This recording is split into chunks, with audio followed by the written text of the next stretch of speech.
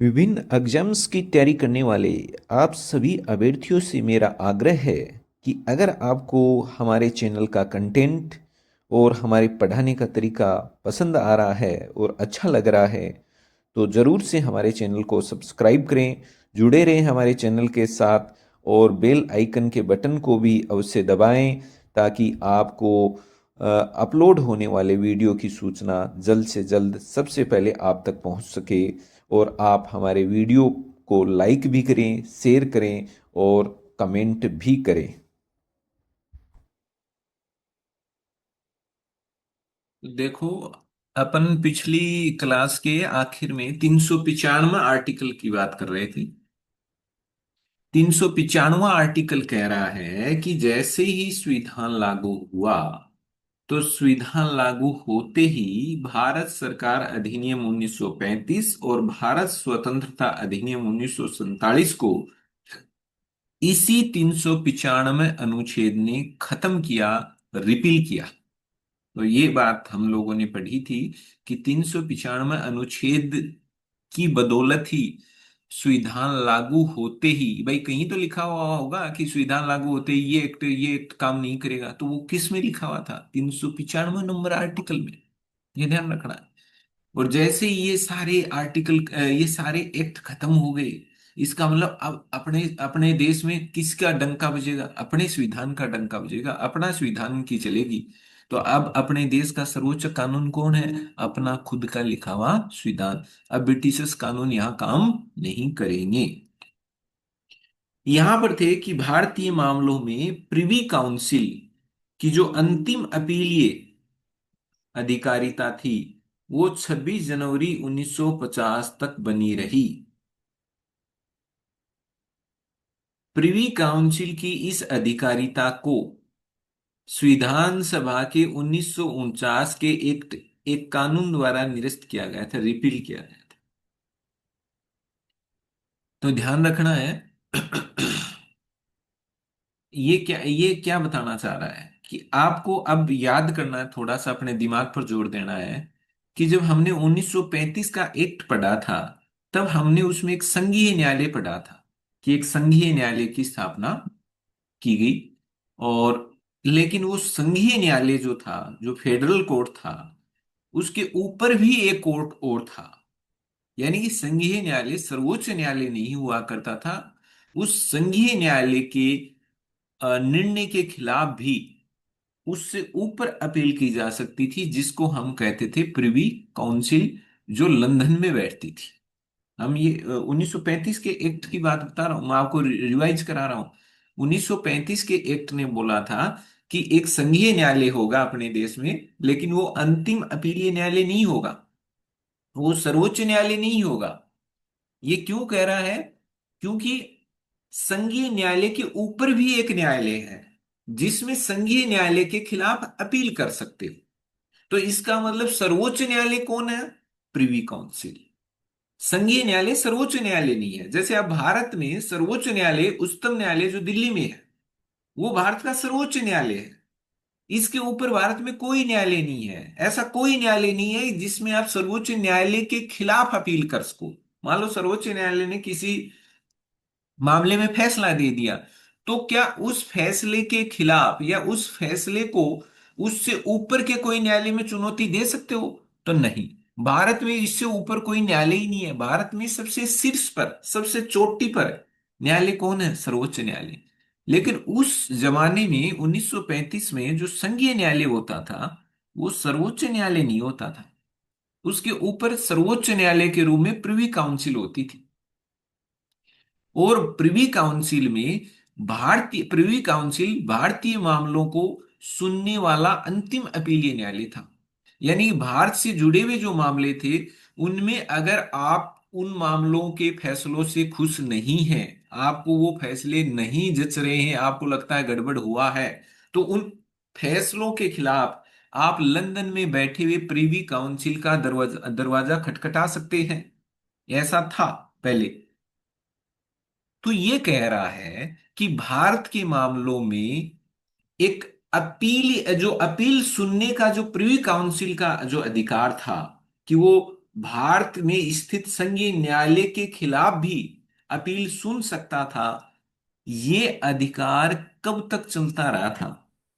अब आपको घुमाने के लिए वो दे देगा कि 1947 के एक्ट के द्वारा प्रिवी काउंसिल की अंतिम अपीलीय अधिकारिता को भी समाप्त कर दिया गया था। ध्यान दे लेना, 1947 के भारत स्वतंत्रता कानून ने प्रिवी काउंसिल की अंतिम अपीलीय अधिकारिता को बिल्कुल भी नुकसान नहीं पहुंचाया था। वो इस एक्ट के बावजूद भी बनी हुई थी। तो आपके ये जो खतरनाक प्रश्न आते हैं ना कथन वाले, तो उसमें यहां गड़बड़ हो जाएगी। आप सोचोगे कि भारत स्वतंत्रता एक्ट है, भारत को आजादी दे रहा है, जब भारत आजादी हो गया तो आप प्रिवी काउंसिल का क्या लेना देना? अपन तो यही आइडिया लगाएंगे, अब प्रिवी काउंसिल का कोई मतलब ही नहीं, अब प्रिवी काउंसिल भारत के मामले क्यों सुनेगा? नहीं सुनेगा। 26 जनवरी 1950 तक भारत के मामलों को सुनने वाला अंतिम अपीलीय न्यायालय, कि इससे ऊपर और कहीं नहीं जा सकते, वो अभी भी कौन बना हुआ था? Privy Council. और कितनी डेट तक? 26 जनवरी 1950 तक, यानी संविधान के लागू होने तक प्रिवी काउंसिल भारत का अंतिम अपीलीय न्यायालय था। तो इसका मतलब भारत स्वतंत्रता एक्ट ने इसके इस अधिकार क्षेत्र को खत्म नहीं किया था। मैं आपका ध्यान इस ओर दिलाना चाह रहा हूं। तो फिर ये जो प्रिवी काउंसिल की जो अपीलीय अधिकारिता थी, कि वो भारत के मामलों को सुन सकता था, उनके भारतीय मामलों में अपीलें वो ले सकता था, अपीलों को सुन सकता था, ये गई कैसे? ये उसका अधिकार खत्म कैसे हुआ? तो ध्यान रखना है, इस अधिकार को एक कानून बना करके, अलग से एक कानून बनाया गया था, प्रिवी काउंसिल अधिकारिता उन्मूलन कानून। ऐसा उन्मूलन का मतलब होता है खत्म करना। तो प्रिवी काउंसिल की अधिकारिता को खत्म करने के लिए भारत की जो संविधान सभा थी, जो उस समय एक अंतरकालीन संसद भी बनी हुई थी, ये भी आप भूलो मत बीच में, तो उसी संविधान सभा जो संसद के रूप में काम कर रही थी, उसने 1949 में एक कानून बनाया, और उस कानून के जरिए ये खत्म किया गया। किसको? प्रिवी काउंसिल की उस अपीलीय अधिकारिता को। यानी कि ये कहा गया कि आज से भारत में अपील सुनने वाला सर्वोच्च न्यायालय प्रिवी काउंसिल नहीं होगा। इस तरह से प्रिवी काउंसिल की अधिकारिता खत्म हुई थी अपने आप। अब आपके वो ऐसे घुमा दे कि प्रिवी काउंसिल की अपीलीय अधिकारिता स्वतः ही खत्म हो गई थी, ये किसी पर्सन का कोई कथन बना दे, तो आप सोचोगे हाँ हो गई होगी, देश आजाद हुआ था, ओ हो ही पड़ी है, उसमें क्या है? ये तो बिल्कुल सही है ना। इसके लिए प्रिवी काउंसिल की जो अपीलीय अपील सुनने का जो इसका अधिकार था, उसको खत्म करने के लिए भारत की संविधान सभा को 1949 में अलग से कानून लाना पड़ा, और उस कानून में लिखना पड़ा कि अब प्रिवी काउंसिल भारतीय मामलों में अंतिम अपीलीय न्यायालय नहीं है। अब वो भारतीय मामलों में अपील नहीं सुन पाएगा, ये लिखना पड़ा। तब जाके उसकी अपीलीय अधिकारिता से हमें छुटकारा मिला था। तो मैं ये कहना चाह रहा हूं कि उसकी अपीलीय अधिकारिता स्वतः समाप्त नहीं हुई है। इन छोटे छोटे शब्दों में घूमोगे, स्वतः समाप्त नहीं हुई, कानून से समाप्त की गई। किसे समाप्त की गई? कानून से समाप्त की गई। ये आप ध्यान रखना है। और वो कानून कब आया था? 1949 में। कौन लेके आया था? संविधान सभा जो अंतरकालीन संसद थी। तो अब प्रश्न आ गया कि उसकी अंतिम अपीलीय अधिकारिता कब तक बनी रही? 26 जनवरी 1950 तक।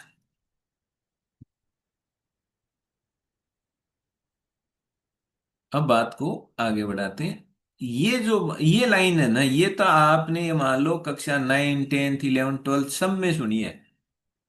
2 वर्ष 11 माह 18 दिन, 2 वर्ष 11 माह 18 दिन, ये तो खूब सुना है। ये तो कोई गलत करता है ना तो उस वो क्षमा योग्य भी नहीं है। उसको तो दुनिया में कहीं माफी नहीं मिल सकती। 2 वर्ष 11 माह 18 दिन, कि भारत के संविधान को लिखने में कितना समय लगा? 2 वर्ष 11 माह 18 दिन। ये तो याद है, लेकिन इसमें भी देखो अब ट्विस्ट है। अब वो तो छोटी उम्र में पढ़े हुए फैक्ट थे, अब देखो अब आपके संविधान सभा के कुल 11 अधिवेशन। कुल कितने हैं? 11 अधिवेशन माने तो। इसमें आ गया ना मान्य तो, अगर मान्य तो। वरना अपन ने कल या परसों की क्लास में, परसों वाली क्लास में ऐसा कुछ किया, पढ़ा था कि 24 जनवरी 1950 को जब संविधान सभा अंतिम बार बैठी थी, तो उसमें डॉक्टर राजेंद्र प्रसाद को पहले राष्ट्रपति के तौर पर चुना गया था।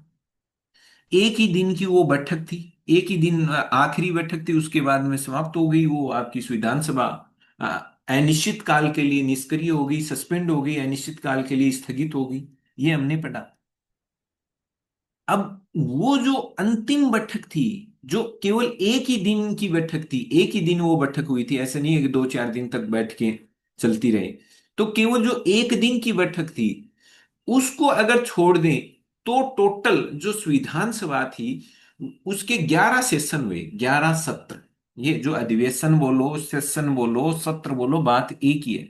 तो कितने अधिवेशन हुए? 11। अगर 24 जनवरी 1950 वाली बैठक के सेशन को ना गिने तो। लेकिन अगर वो जो आखिरी बैठक जिसमें डॉक्टर राजेंद्र प्रसाद को भी चुना गया और साइन भी हुए 284 लोगों के, उस आखिरी जो बैठक है, उस आखिरी बैठक को भी अगर एक सेशन मान लें, तो टोटल सेशन कितने हो जाएंगे? 12। इसलिए अगर कोई भी ऐसा प्रश्न आए तो उसमें कंफ्यूज नहीं होना है। अगर 24 जनवरी 1950 को जो एक दिन बैठक हुई थी, उस बैठक को भी अगर ये सेशन के रूप में शामिल करे, तो हो गए टोटल संविधान सभा के कुल कितने अधिवेशन हो गए, कुल कितने सत्र हो गए? 12।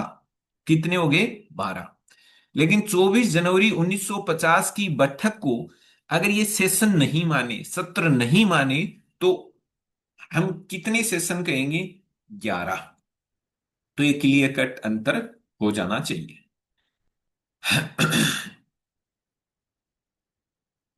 तो संविधान सभा के कुल 11 अधिवेशन माने तो कार्यकाल कितना हुआ? 2 वर्ष 11 माह 18 दिन। ये कह रहा है कि अगर हम ये मान लें कि संविधान सभा ने टोटल 11 अधिवेशनों में ही संविधान लिखा, तो अगर आपसे पूछा जाए कि संविधान कितने समय में लिख दिया गया, तो 2 वर्ष 11 माह 18 दिन। अगर 11 अधिवेशन ही अगर काउंट करें संविधान सभा के काम करने के, तो 2 वर्ष 11 माह 18 दिन। लेकिन ये कह रहा है कि अगर 12वां अधिवेशन भी अगर हम शामिल करते हैं, तो अभी तो मैंने बताया 12वां अधिवेशन में कितनी बैठकें हुई? 5 दिन बैठक हुई, 4 बैठक चाली, कि 3 चाली, कि 2, 1, 1।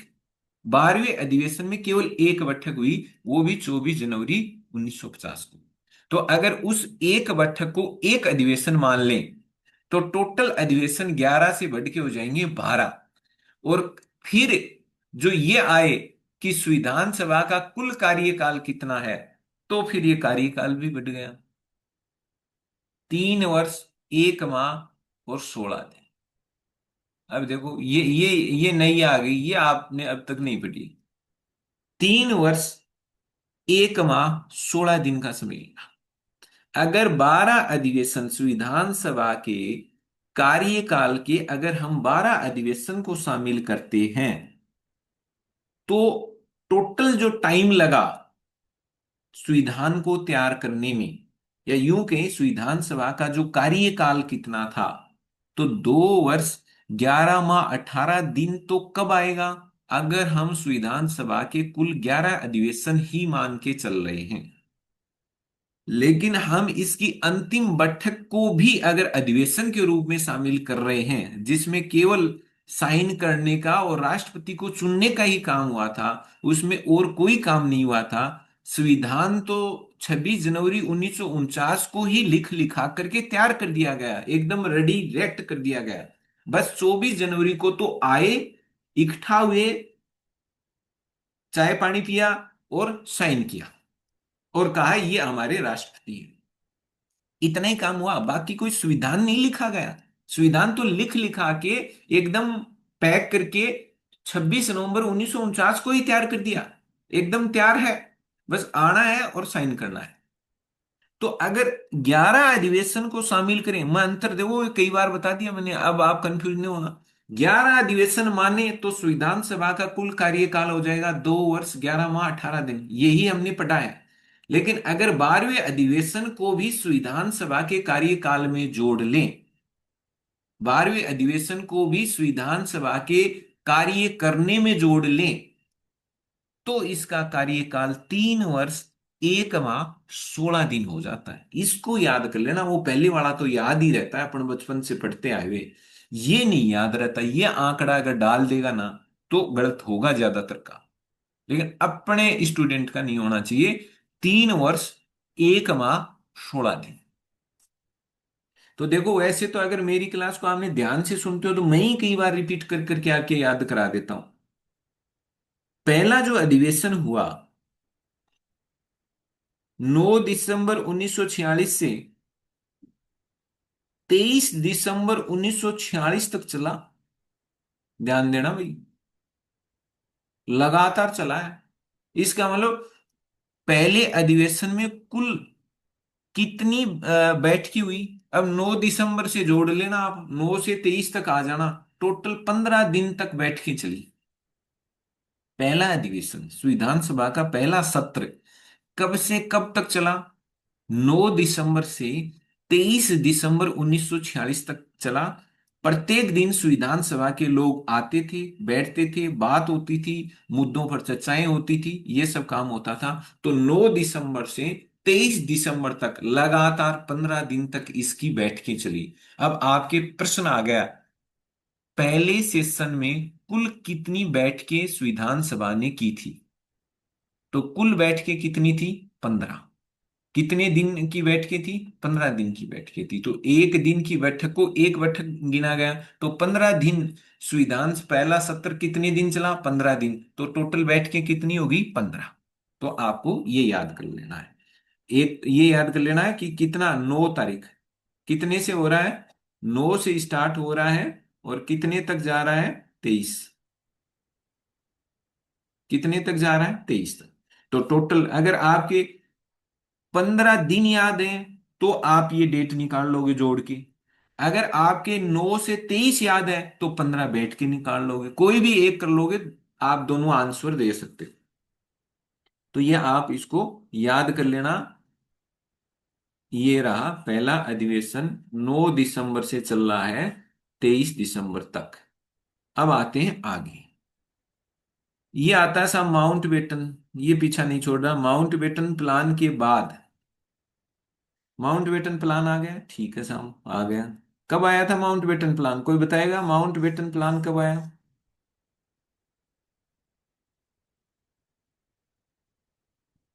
कोई भी, एनीवन? 3 जून 1947। 3 जून 1947। माउंट बेटन प्लान के और क्या क्या नाम है? कोई भी बताना चाहिए, माउंट बेटन प्लान के और क्या क्या नाम है? गुप्त रूप से बाल्कन प्लान, डिक्की हाँ। ब्रेड। हाँ, इसके हमने देखा था कि गुप्त रूप से इसका एक और नाम था जिसको आगे नहीं लाया गया था, बाल्कन प्लान, क्योंकि इसमें वो कई हिस्सों में भारत को बांटने की सोच रहा था।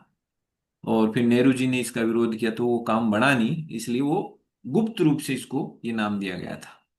बिल्कुल सही है, बिल्कुल करेक्ट बताया है। माउंटबेटन प्लान के बाद इसका, तो माउंटबेटन प्लान अब याद है तो अब आगे का ये शुरू कर देते हैं। इसका चौथा अधिवेशन शुरू हुआ। इसका मतलब 3 जून 1947 के बाद में इसका चौथा अधिवेशन शुरू हुआ, ठीक है। जिसमें कहा गया कि यह संविधान सभा, भारत की जो संविधान सभा होगी, बहुत ही अच्छी बात है, और पाकिस्तान की अलग संविधान सभा बनेगी। ये क्या कहना चाह रहा है?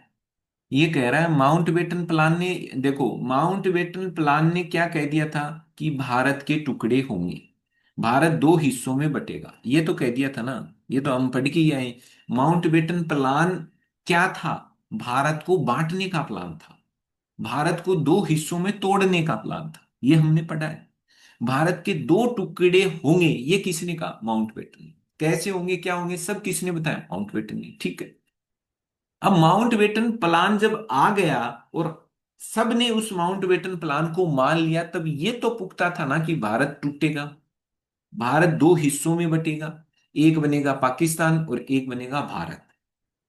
अब इस प्लान के बाद में जब संविधान सभा की बैठक हुई होगी, तो उस समय संविधान सभा की जब बैठक हुई होगी तो उस समय उन लोगों के भी तो दिमाग में है कि अपने में से बहुत सारे जो लोग जो अब इस विधान सभा में हैं, वो कुछ दिन ही इस सभा में रहेंगे, फिर वो अलग हो जाएंगे, क्योंकि फिर अलग से जब पाकिस्तान बनेगा तो उस क्षेत्र के जो लोग जो अब संविधान सभा में हैं, वो अपने से अलग हो जाएंगे और वो पाकिस्तान का संविधान लिखेंगे और अपनी संविधान सभा का आकार कम हो जाएगा, क्योंकि जितना क्षेत्र पाकिस्तान में जाएगा उतने ही लोग संविधान सभा के सदस्य उतने ही कम हो जाएंगे। ठीक है। तो जब माउंट बेटन के बाद में जब चौथा अधिवेशन शुरू हो रहा है, तो अब संविधान सभा को यह तो ध्यान ही है ना कि संविधान, जब देश बटेगा तो संविधान सभा भी तो बटेगी। जब देश के एक देश बट करके दो देश बनेंगे तो दो देशों का संविधान लिखने के लिए संविधान सभाएं भी तो कितनी होंगी? दो। तो अब जो भारत की संविधान सभा थी उस समय तक तो संविधान सभा बटी नहीं थी। ध्यान देना, माउंटबेटन प्लान आया, फिर उस प्लान के अनुसार देश का विभाजन होगा 15 अगस्त 1947 को। देश बढ़ जाएगा, दो देश आ जाएंगे अस्तित्व में 15 अगस्त को, एक पाकिस्तान एक भारत। वो तो बाद में हुआ।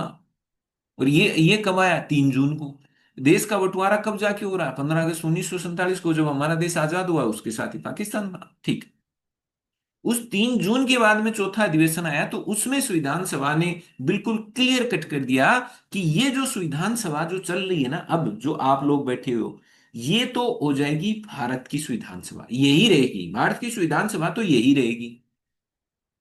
पाकिस्तान अपनी संविधान सभा अलग से बना ले, क्योंकि हमने थोड़ी कहा है कि इसके टुकड़े करो। पाकिस्तान, जो लोग इसके टुकड़े कर रहे हैं, जितना एरिया इससे अलग होके पाकिस्तान बन रहा है, तो पाकिस्तान को अपनी नई संविधान सभा बनानी पड़ेगी। अपनी तो हम चली आ ही रही है, यही चलती रहेगी। तो संविधान सभा ने क्लियर कर दिया कि भारत की संविधान सभा तो यही चलती रहेगी। हाँ, जैसे ही पाकिस्तान बनेगा तो पाकिस्तान की अलग से नई संविधान सभा वो अपने हिसाब से बना लेगा, उसका काम वो जाने, हमारा उससे कोई लेना देना नहीं। अपनी संविधान सभा तो ये चलती रहेगी। हाँ, संख्या कम हो जाएगी, क्योंकि देश का आकार कम हो गया तो संख्या भी संविधान सभा में घट जाएगी। बस इतना है। पांचवें सत्र में, कौन से में? पांचवें सत्र में संविधान सभा क्या बन गई थी? संपूर्ण प्रभुत्व सोवरेन बन गई। यानी उसके ऊपर ब्रिटिश कंट्रोल खत्म हो गया, अब वो मालिक बन गई देश की, सर्वोच्च, देश में सर्वोच्च हो गई। उसके ऊपर अब देश में कोई नहीं है, वो सबसे ऊपर है। अब उसके ऊपर ब्रिटिश नियंत्रण खत्म हो गया। तो जो पांचवा सेशन था, जो पांचवा सत्र था, उस पांचवें सत्र में संविधान सभा क्या बन गई थी? संपूर्ण प्रभुत्व संपन्न। ये फैक्ट है। तो ये चौथे अधिवेशन वाला आप याद कर लेना कि भारत की संविधान सभा तो ये जो संविधान सभा है यही चलती रहेगी और पाकिस्तान अपनी अलग संविधान सभा बनाएगा। पांचवें सेशन में संविधान सभा संपूर्ण प्रभुत्व संपन्न बन गई थी, इससे पहले ये ब्रिटिश नियंत्रण में थी। 21 फरवरी 1948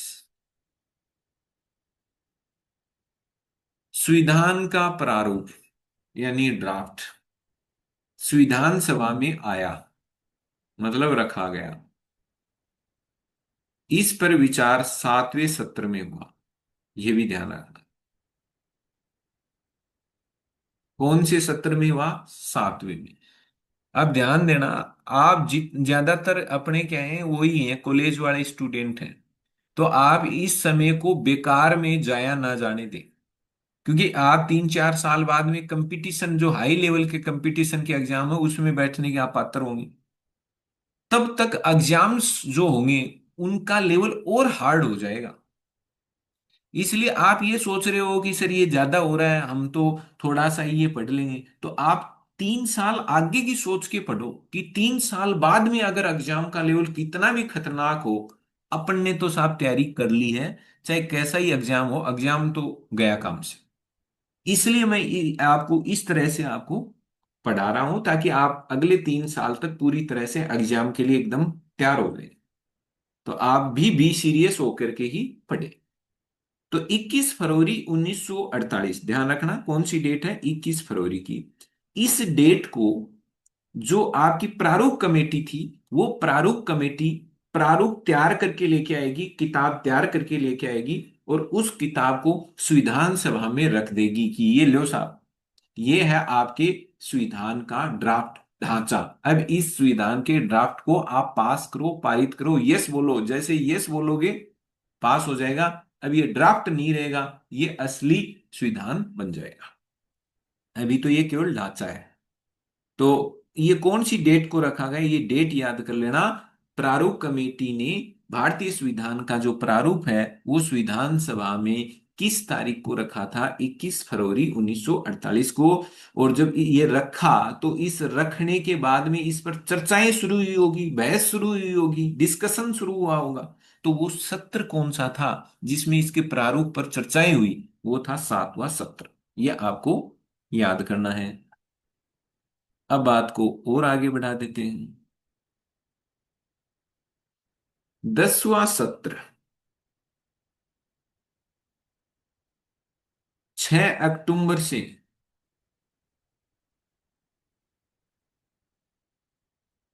6 अक्टूबर से 18 अक्टूबर 1949, ये इसका डेट है। 10वां सत्र कब से कब तक चल रहा है, 6 अक्टूबर से 18 अक्टूबर तक 1949 में।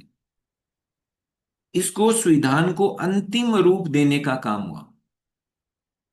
भाई शुरुआत संविधान बनाने का काम तो पहले सेशन से ही शुरू हो गया, तो फिर लास्ट में ये भी तो फाइनल करना था कि भाई ये देखो काट छांट कर कराने के बाद में ये अपना संविधान है, ये फाइनल है, ये अंतिम है। अब ये सीधा का सीधा लागू होगा, अब इसमें कोई काट छांट नहीं होगी, कोई चेंज नहीं होगा। ये अंतिम रूप से एकदम परिष्कृत, एकदम तैयार, ये फाइनल कॉपी है। और ये संविधान अब देश में काम करेगा। अब आप इसमें बार बार संशोधन की बात मत करना, ये फाइनल हो गया है, ये अंतिम हो गया है, हमने सारे काट छांट जरूरी थे वो सब कर लिए।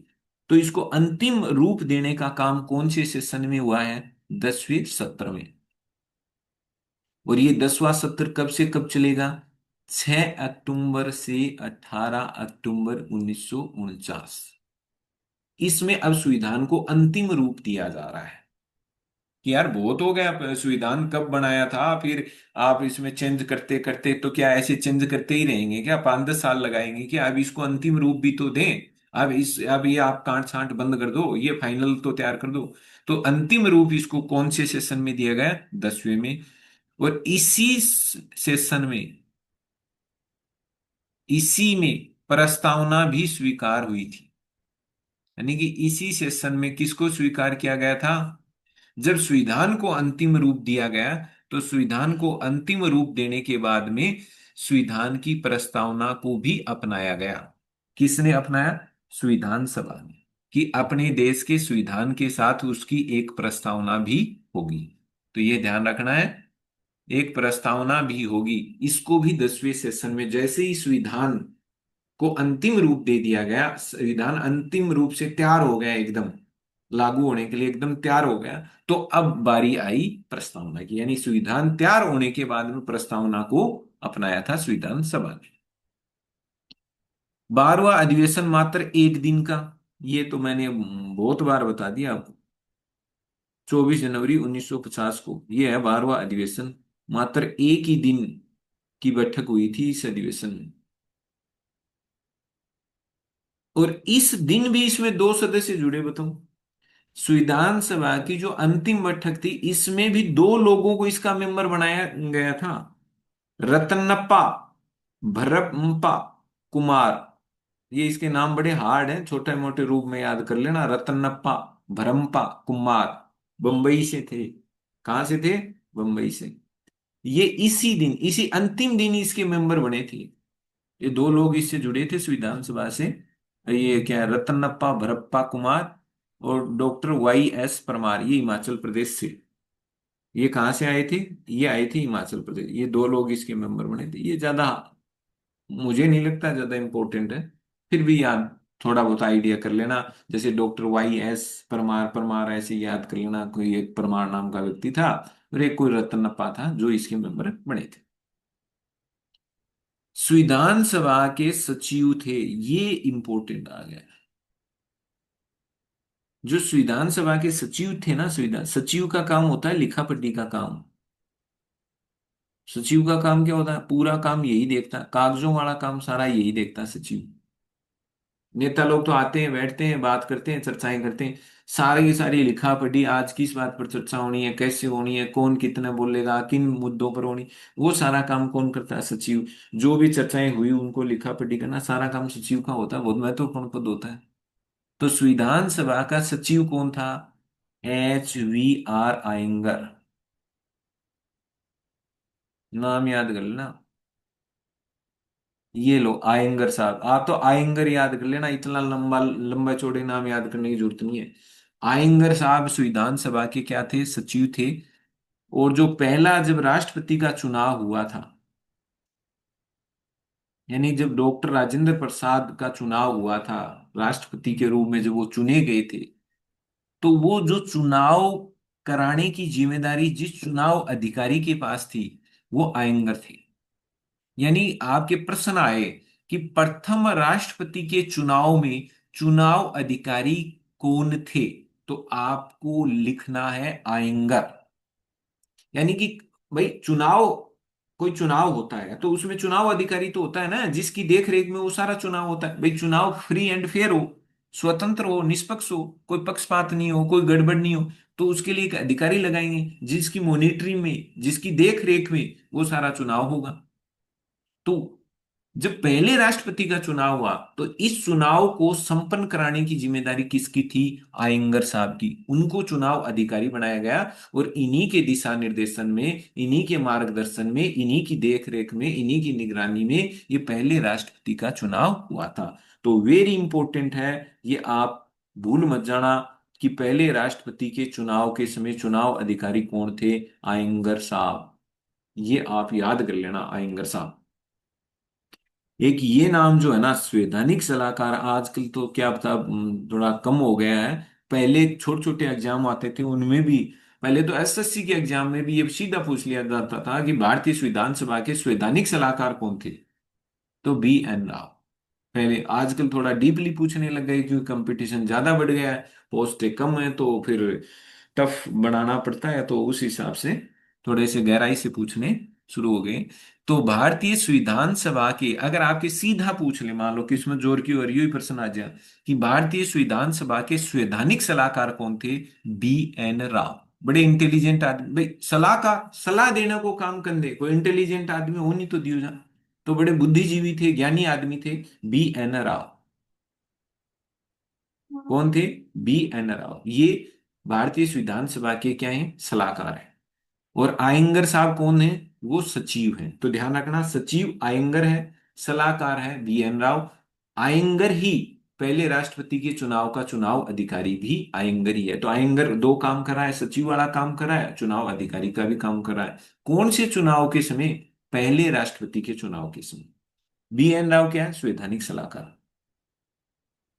भारतीय संविधान का पहला प्रारूप, ये देखो, याद ध्यान देना, पहला प्रारूप, इसका मतलब डॉक्टर भीमराव अंबेडकर की अध्यक्षता में जो प्रारूप कमेटी बनी थी, उन प्रारूप कमेटी को इसी BN राव के प्रारूप, तैयार किए गए प्रारूप पर विचार विमर्श करके संविधान का नया प्रारूप तैयार करना था। इसका मतलब क्या था? प्रारूप कमेटी से पहले इसी BN राव ने एक प्रारूप तो तैयार कर दिया था।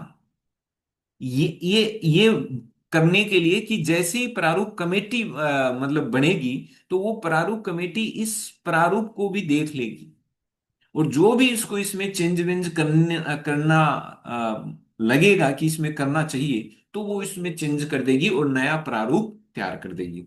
तो ध्यान रखना है, प्रारूप कमेटी से पहले ही एक प्रारूप BN राव तैयार कर चुके थे। तो आपके आ जाए कि भारतीय संविधान का सबसे पहले प्रारूप किसने बनाया था, तो BN राव ने बनाया था। कहीं आप आप अपने क्या है, नॉर्मली पढ़ते हैं, प्रारूप, प्रारूप कमेटी, लगा दो टिक। तो ध्यान रखना है, जब पहला प्रारूप का नाम आ जाए, फर्स्ट ड्राफ्ट किसने तैयार किया था, तो फर्स्ट ड्राफ्ट किसने तैयार किया? BN राव। फिर प्रारूप कमेटी बनेगी, वो इस पर विचार करेगी और इसमें जरूरी बदलाव करेंगे। और बदलाव करके आज जो आप संविधान देखते हो, इस शानदार संविधान का ड्राफ्ट फिर डॉक्टर भीमराव अंबेडकर की अध्यक्षता वाली प्रारूप कमेटी तैयार करेगी। लेकिन इस कमेटी से पहले ही एक ड्राफ्ट बन गया था जो काम आएगा आगे विचार विमर्श करने के लिए, उनको संविधान का प्रारूप तैयार करने में, मदद करने में काम आएगा। तो ये ध्यान रखना, मैंने आपको अच्छे से इसको बता दिया है। और ये जो B N राव ने जो इसका ड्राफ्ट तैयार किया था, जो संविधान तैयार किया था इसने, उसमें कितने अनुच्छेद थे? 240। ध्यान रखना, डॉक्टर भीमराव अंबेडकर की जो प्रारूप कमेटी ने जो प्रारूप तैयार किया था उसमें 395 अनुच्छेद है। जो, क्योंकि वही तो प्रारूप फिर बाद में क्या बनेगा, वही प्रारूप तो बाद में संविधान बन गया। तो ये जो B N राव वाला प्रारूप है उसमें कितने? 240। और कितनी अनुसूचियां हैं? 13। ये ध्यान रखना आपको। कितनी अनुसूचियां थी? B N राव के प्रारूप में 240 तो अनुच्छेद थे और 13 अनुसूचियां थी।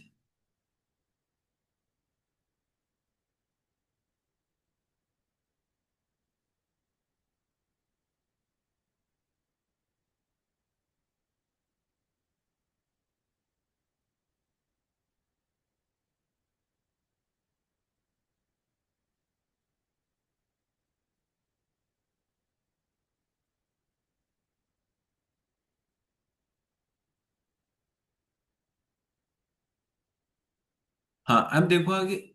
जो B N राव जो भारतीय संविधान सभा के संवैधानिक सलाहकार थे, इनको संवैधानिक सलाहकार के पद पर लगाया किसने, अपॉइंट किसने किया, नियुक्त किसने, नियुक्ति किसने दी कि ये फलाना राम इस पद पर काम करेंगे? इसको बोलते हैं अपॉइंटमेंट, नियुक्ति लेटर, कि आज से इस पद पर ये व्यक्ति बैठेगा।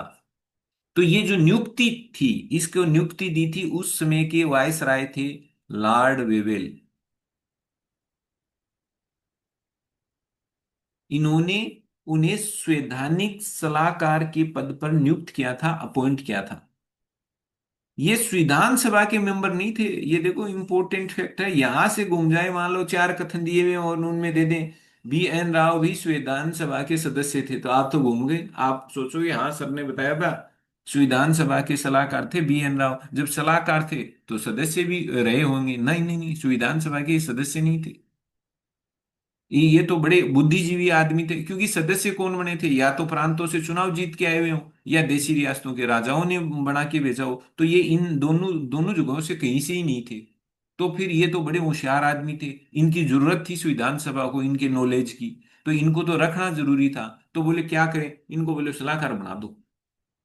जब सलाहकार बना दोगे तो ये हमारी मदद करते रहेंगे। तो ये क्या थे? केवल सलाहकार थे, संविधान सभा के सदस्य नहीं थे। ये ICS थे, मतलब आज के IAS। जैसे आज IAS होते हैं वैसे ही इंडियन सिविल सर्विस आज होती है, इंडियन एडमिनिस्ट्रेटिव